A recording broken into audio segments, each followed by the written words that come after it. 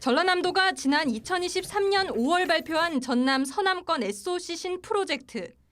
영암에서 광주 사이 전국 최초로 시속 140km 이상 주행이 가능한 초고속도로를 조성하고 목포 구도심에서 남악 오룡 신도시를 잇는 트램을 설치하는 등의 내용이 담겼습니다. 당시 전남도는 용역 결과를 조속히 도출해 중앙부처 설득에 나서겠다고 밝혔고 실제 2달 만에 도비 6억 원을 사업별 용역비로 투입했습니다.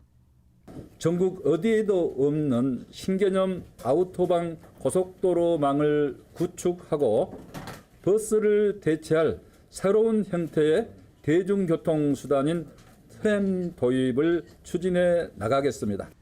이 같은 내용은 어제 김영록 지사의 시정연설에서도 다시 언급됐습니다. 영암 광주 초고속도로와 연계한 영암 진도 고속도로, 고흥 광주 우주 고속도로, 여수 순천 고속도로 등 23조 4,100억 원 규모의 고속도로망을 국가 계획에 반드시 담아내겠습니다. 하지만 사업이 어떻게 진행되고 있는 건지 아는 도민은 많지 않습니다. 당시 시장 군수까지 한자리에 모여 사업 추진을 대대적으로 홍보했지만 이후 진행 상황에 대한 설명은 어디에도 없습니다. 그냥 뭐 말이 없어가지고 안 하나 보다 그랬죠. 하고 있대요. 아니 그럼 뭐 시민들한테 이렇게 뭐 진행이 되고 있다 아니면 이런 걸 설명을 해주던가. 실제 영암에서 광주 구간 초고속도로는 올해 2월 도 자체 용역을 마쳤고 이제서야 내년 상반기 발표 예정인 3차 고속도로 건설 계획 반영 요청을 본격 시작한 상태입니다. 전남형 트램의 경우 사정은 더 심각합니다. 계획대로라면 이미 타당성 검토를 마치고 지난해 하반기 전남도 도시철도망 구축계획 수립이 이뤄져야 했지만 2년 넘게 용역 단계에 머무르다 그마저도 지난 8월 중단됐습니다. 그럼에도 전남도는 김 지사의 주요 SOC 성과로 해당 사업들을 지속 소개하고 있습니다. 그리고 그 사이 초고속도로의 필요성은 더욱 커지고 있습니다.